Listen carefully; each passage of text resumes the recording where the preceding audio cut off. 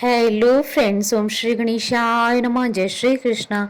आप सभी का स्वागत है आपके अपने यूट्यूब चैनल पर।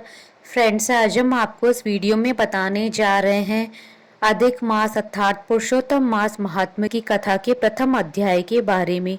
फ्रेंड्स, वीडियो शुरू करने से पहले आपसे रिक्वेस्ट है, अगर आप हमारे चैनल पर नए हैं और आपने अभी तक चैनल को सब्सक्राइब नहीं किया है तो प्लीज़ सब्सक्राइब कीजिएगा चैनल को, साथ ही प्रेस कीजिएगा बेल आइकन को, जिससे नए वीडियो से रिलेटेड नोटिफिकेशन आपको तुरंत प्राप्त हो सके। और वीडियो पसंद आने पर वीडियो को लाइक और शेयर जरूर कीजिएगा ताकि सभी भक्तों को इस वीडियो का लाभ प्राप्त हो सके। और कमेंट बॉक्स में जय श्री कृष्णा जरूर लिखिएगा।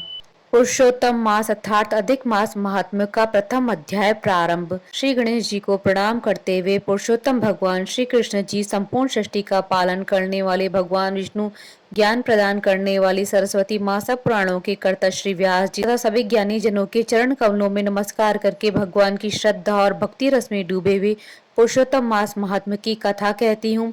सभी पापों से मुक्ति दिलाकर इस लोक में सर्व सुख, धन, वैभव, रिद्धि सिद्धि, अंत में मोक्ष प्रदायक यह पावन कथा इतना पावन और महान है कि यह कथा स्वयं भगवान नारायण ने देवर्षि नारद जी को अपने श्रीमुख से सुनाई थी। बाद में यह कथा राजा परीक्षित एवं सूत जी महाराज ने सुखदेव से सुनी। बाद में सूत जी महाराज ने यह कथा नैमिषारण्य में 88,000 ऋषि मुनियों को सुनाई थी। इस कथा को रोज पढ़ने और सुनने वाला प्राणी सभी पापों से मुक्त होकर अंत में पुरुषोत्तम भगवान के गोलोक में अनंत काल तक वास करता है और वह सदैव के लिए आवागमन के चक्र से मुक्त हो जाता है। यह स्वयं भगवान का कथन है। याद रखना, पुरुषोत्तम भगवान श्री कृष्ण, भगवान विष्णु और शिव जी परम कृपालु बने रहते हैं हर उस प्राणी पर जो श्रद्धा पूर्वक इस कथा को नियम से सुनता है या पढ़ता है।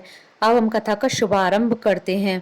कल्प वृक्ष के समान भक्तजनों के सभी मनोरथ को पूर्ण करने वाले, वृंदावन की शोभा के अधिपति, अलौकिक कार्यों द्वारा समस्त लोगों को चकित करने वाले वृंदावन बिहारी पुरुषोत्तम भगवान को नमस्कार करते हैं।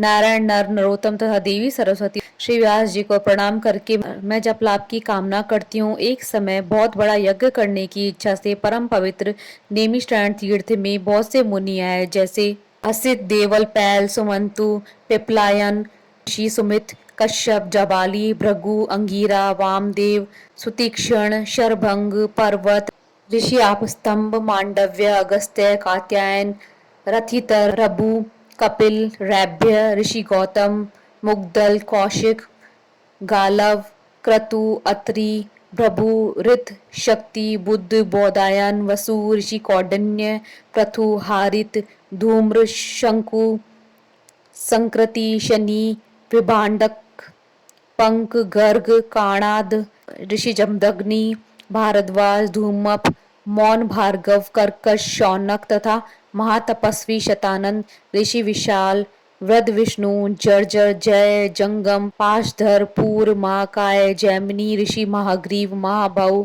महोदर, महाबाल, उदालक, महासेन, आर्त, आमल्क प्रिय, ऋषि ऊर्ध्वभाऊ, ऊर्ध्वपाद, एक पद, दुर्धर, उग्रशील, जलाशी, पिंगल, अत्रि, रभु, ऋषि शांडीर, करुण, काल, कैलव्य, कालाधर, श्वेतभाऊ, रोमपाद, कद्रु, काला अग्नि, रुद्रक, ऋषि श्वेताश्वर, आद्य, शरभंग, पृथुशवस आदि शिष्यों के सहित ये सभी ऋषि अंगों सहित वेदों को जानने वाले, ब्रह्मनिष्ठ, संसार की भलाई तथा परोपकार करने वाले, दूसरों के हित में सर्वदा तत्पर, श्रौत स्मार्त कर्म करने वाले ये सभी ऋषि अपने शिष्यों के साथ एकत्रित हुए। इधर तीर्थ यात्रा की इच्छा से सूत जी अपने आश्रम से निकले और पृथ्वी का भ्रमण करते हुए उसी समय वो भी अपने शिष्यों के साथ नैमिषारण्य में पधारे। उन्होंने अनंत पेड़ की लाल छाल को धारण किया हुआ था। वह प्रसन्न मुख, शांत, परमार्थ, विशारद, समग्र आदि गुणों से युक्त, संपूर्ण आनंदों से परिपूर्ण, तुलसी की माला से सुशोभित, जटा के मुकुट से विभूषित, समस्त आपत्तियों से रक्षा करने वाले, अलौकिक चमत्कार को दिखाने वाले, भगवान के परम मंत्र को जपते हुए समस्त शास्त्रों की सार को जानने वाले, संपूर्ण प्राणियों के हित में संलग्न, जितेंद्रिय तथा क्रोध को जीतने वाले, जीवन मुक्त जगत गुरु की श्री व्यास जी की तरह और उन्हीं की तरह निष्प्रय आदि गुणों से युक्त श्री सूत जी महाराज शोभायमान हो रहे थे। उनको देखकर नैमिषारण्य में रहने वाले समस्त महर्षि गण उठ खड़े हुए। सभी मुनिगण को हाथ जोड़कर बोले, हे सूत जी महाराज, आप चिरायु हो, आपके लिए यह मनोहर आसन है, आप इस पर विराजमान हो। यह कहकर सभी ऋषि मुनि उठ बैठ गए।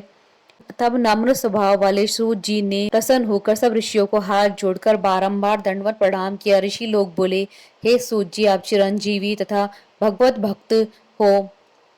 हम लोगों ने आपके योग्य सुंदर आसन लगाया है। हे महाभाग, आप थके हैं, यहाँ बैठ जाइए। ऐसा सब ब्राह्मणों ने कहा। इस प्रकार बैठने के लिए कहकर जब सब तपस्वी और समस्त जनता बैठ गई, तब विनय पूर्वक तपोव्रत समस्त मुनियों से बैठने की अनुमति लेकर प्रसन्न होकर आसन पर सूत जी बैठ गए। तदंतर सूत जी को सुखपूर्वक बैठे हुए तथा श्रम रहित देकर पुण्य कथाओं को सुनने की इच्छा वाले समस्त ऋषि बोले, हे सूत जी, हे महाभाग, आप भाग्यवान हैं। भगवान व्यास के वचनों के हार्दिक अभिप्राय को गुरु की कृपा से आप जानते हैं। क्या आप सुखी हो? आज बहुत दिनों बाद कैसे इस वन में पधारे हैं? आप प्रशंसा के पात्र हैं। हे व्यास शिष्य शिरोमणि, आप पूज्य हैं। इस आसार संसार में सुनने योग्य हजारों विषय हैं, परंतु उनमें श्रेष्ठ कर थोड़ा सा और आधारभूत जो भी हो हमसे कहिए।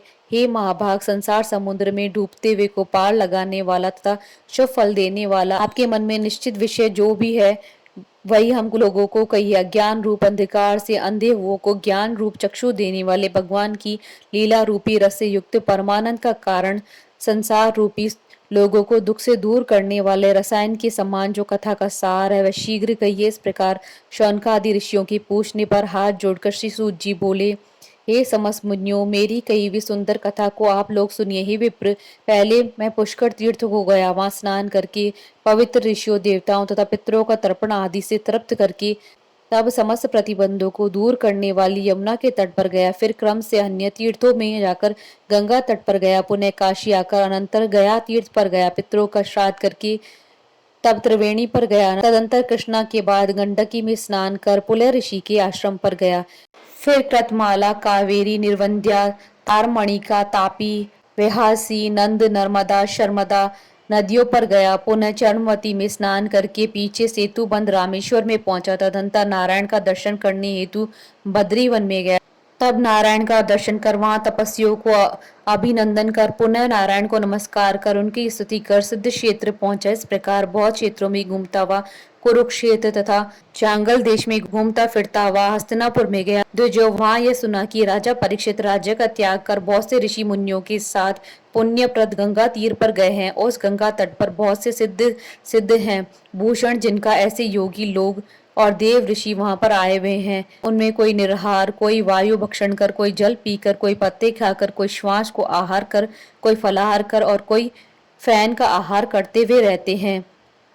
हे द्विजों, उस समाज में कुछ पूछने की इच्छा से हम भी गए। वहां ब्रह्म स्वरूप भगवान महामुनि व्यास की पुत्र, बड़े तेज वाले बड़े प्रतापी श्री कृष्ण के चरण कमलों को मन से धारण किए हुए श्री सुखदेव जी आए। उन 16 वर्ष के योगीराज, शंख की तरह कंठ वाले, लंबे चिकने बालों से घिरे हुए मुख वाले, बड़ी पुष्ट कंधों की संधि वाले, चमकती हुई कांति वाले, अवधूत रूप वाले, ब्रह्म रूप वाले युवा से घिरे हुए महामुनि सुखदेव जी को देखकर सब मुनि प्रसन्नता पूर्वक हाथ जोड़कर सहसा उठ खड़े हो गए। इस प्रकार महामुनियों के द्वारा सत्कृत भगवान सुखदेव जी को देखकर पश्चाताप करती हुई स्त्रियां और साथ के बालक जो उनको देख रहे थे दूर हो खड़े रह गए और भगवान सुखदेव को प्रणाम करके अपने घर के प्रति जाते रहे।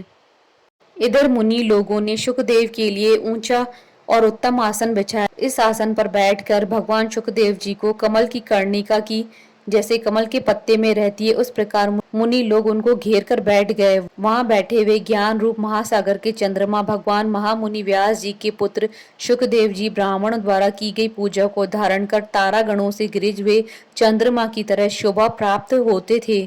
इति श्री वृहद नारायणीय पुरुषोत्तम मास महात्म्य में सुखदेव जी का आगमन नामक प्रथम अध्याय समाप्त हुआ।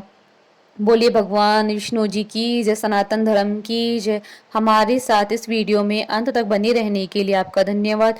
ओम श्री गणेशाय नमः। जय श्री कृष्ण।